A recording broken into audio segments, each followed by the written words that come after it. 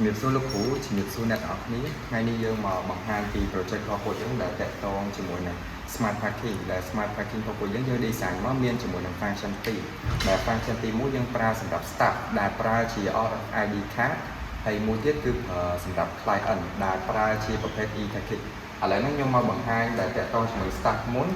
ដែលយើងមានជាមួយនឹង FID card សម្រាប់ staff មួយមកនៅពេលដែលគាត់ចង់ចូលគាត់គ្រាន់តែ scan ជាមួយនឹង FID card របស់គាត់ទៅបានហើយចឹង gate ហ្នឹងនឹងបើកឡើងហើយនៅពេលដែលគាត់ធ្វើការគាត់ចប់សពគ្រប់អស់ហើយគាត់ត្រូវការចេញវិញគាត់គ្រាន់តែ verify ជាមួយនឹង FID card គាត់ទៅបានហើយសុំតោះ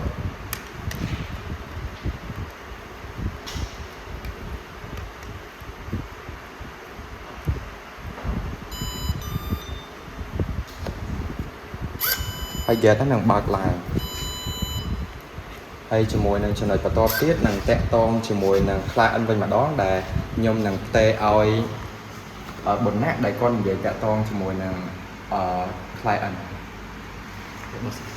ចឹងជាសួរគ្រាន់ជាសួរអស់គ្នាខ្ញុំនឹងនិយាយបន្តពីវិទូដែលខ្ញុំនឹងបកស្រាយពី system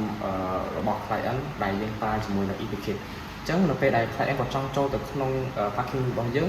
អញ្ចឹងគាត់ត្រូវការក្នុងការ scan QR ដើម្បីចូលទៅក្នុង web របស់យើងដើម្បីយក ticket ចេញពី website របស់យើងអញ្ចឹងនេះគឺ QR ដែលគាត់នឹងត្រូវ scan ចឹងបន្ទាប់ពីគាត់ scan ហើយគាត់នឹងត្រូវចុច get my parking QR ហ្នឹងហើយESP cam នៅពេលដែលយើងចុច get my parking QR ចឹង ESP cam វានឹង capture យកផ្លាកលេខដែលនៅជាប់នឹងម៉ូតូគាត់ហើយនឹងបញ្ជូនវានឹងទៅកាន់ machine learning ដើម្បី recognize ជាមួយនឹង license plate តមកវានឹងបញ្ជូនមក web របស់យើងវិញក្នុងការ store នៅក្នុង database ដើម្បីបញ្ជាក់ពីផ្លាកលេខរបស់គាត់អញ្ចឹងនៅពេលដែល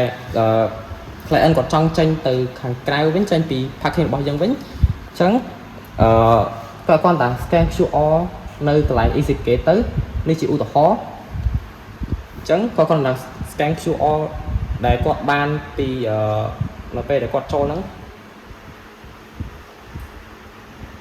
អញ្ចឹងនៅពេលដែលគាត់ scan រួចហើយយើងនឹងមាន security នៅ EasyGate ហ្នឹងដើម្បីបញ្ជាក់ថា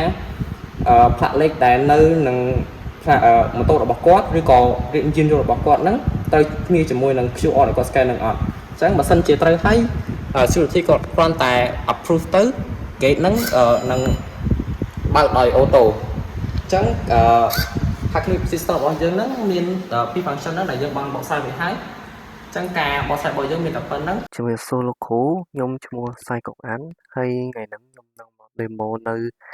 website ដែលក្រុមពួកខ្ញុំបានធ្វើទៅលើ Project Smart Parking System មួយហ្នឹងអញ្ចឹងចំពោះ Project Smart Parking System របស់យើង website របស់យើងបាន develop ទៅដោយប្រើប្រាស់នៅ Python ជាមួយនឹង framework Django ហើយខ្ញុំបានហោះវានៅលើ ngrok ដើម្បីយកនៅ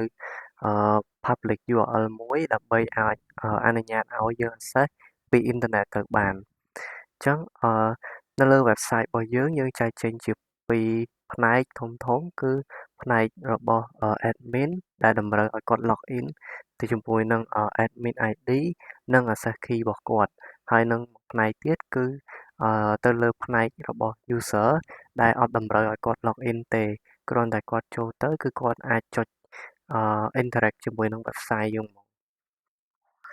អញ្ចឹងឥឡូវខ្ញុំសូម log in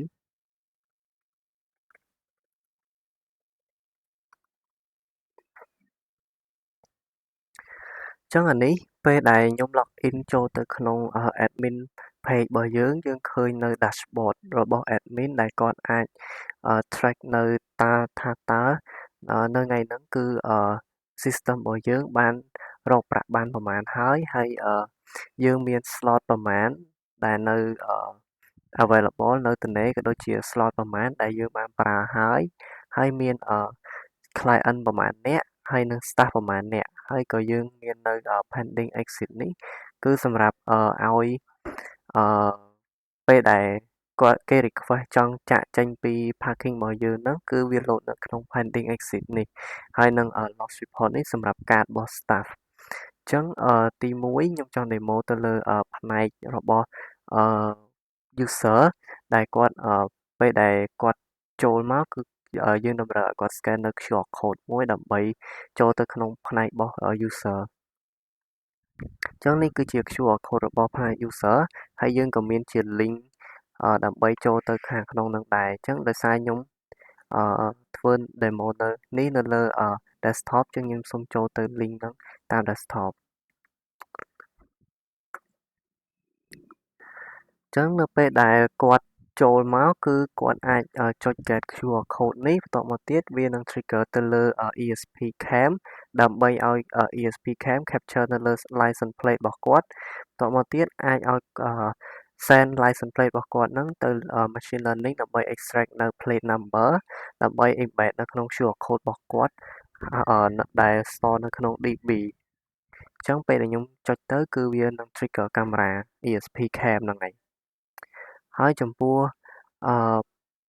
ពេលដែលគាត់បាន QR code ហ្នឹងហើយគឺ gate របស់យើងនឹងបើកហើយបន្ទាប់មកទៀតពេលដែលគាត់ចង់ចេញទៅវិញគឺគាត់អាចscan នៅ QR code ហ្នឹងជាមួយនឹងកាមេរ៉ាដែលយើងដាក់នៅកន្លែង exit អញ្ចឹងពេលដែលយើងនៅកន្លែងនេះគឺរបស់ admin ហ្នឹងពេលដែលយើងចុច scan client QR code ហ្នឹងគឺវានឹងបើកនៅកាមេរ៉ាមួយដើម្បីឲ្យadmin ហ្នឹងគាត់អាច scan នៅ QR code pack របស់user នឹងបានអញ្ចឹងដោយសារកាមេរ៉ារបស់ខ្ញុំអត់បើកទេអញ្ចឹងវានឹងចេញអញ្ចេះប៉ុន្តែខ្ញុំអាចdemo ដោយខ្ញុំ enter នៅ QR code ហ្នឹងបានអញ្ចឹងពេលដែលខ្ញុំ submit ទៅវានឹង calculate ទៅលើ total amount ដែលគាត់បានត្រូវអស់ហើយនឹងចំនួនរយៈពេលដែលគាត់បានផាកនៅក្នុងចំណតរបស់យើងអញ្ចឹងពេលខ្ញុំចុច approve ទៅ gate ហ្នឹងវានឹង open អញ្ចឹងពេលដែលខ្ញុំចុច approve ទៅគឺវានឹងបូកតម្លៃចូលនៅក្នុងនេះដូចគ្នាហើយចំពោះហ្នឹងជាផ្នែករបស់ client បន្ទាប់មកទៀតយើងមានផ្នែកមួយទៀតសម្រាប់ staff អញ្ចឹងដើម្បីសម្រួលដល់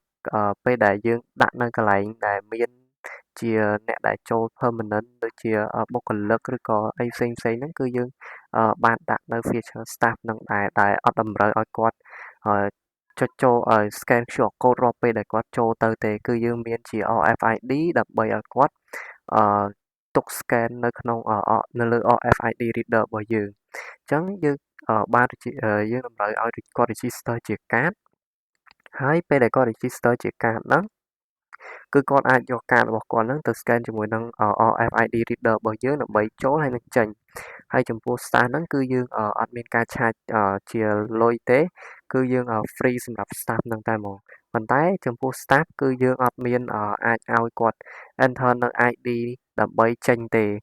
គឺតម្រូវឲ្យគាត់យកកាតហ្នឹងយកទៅ scan ហើយចំពោះករណីដែលគាត់បាត់បង់នៅកាតហ្នឹងគឺគាត់អាចបំពេញនៅ loss card report ហ្នឹងដើម្បីស្នើសុំធ្វើកាតដែលមាន fee collect នេះគឺ$10ដូចគ្នាហើយចំពោះ system ដែលខ្ញុំ demo ថ្ងៃហ្នឹងគឺមានតែប៉ុណ្្នឹង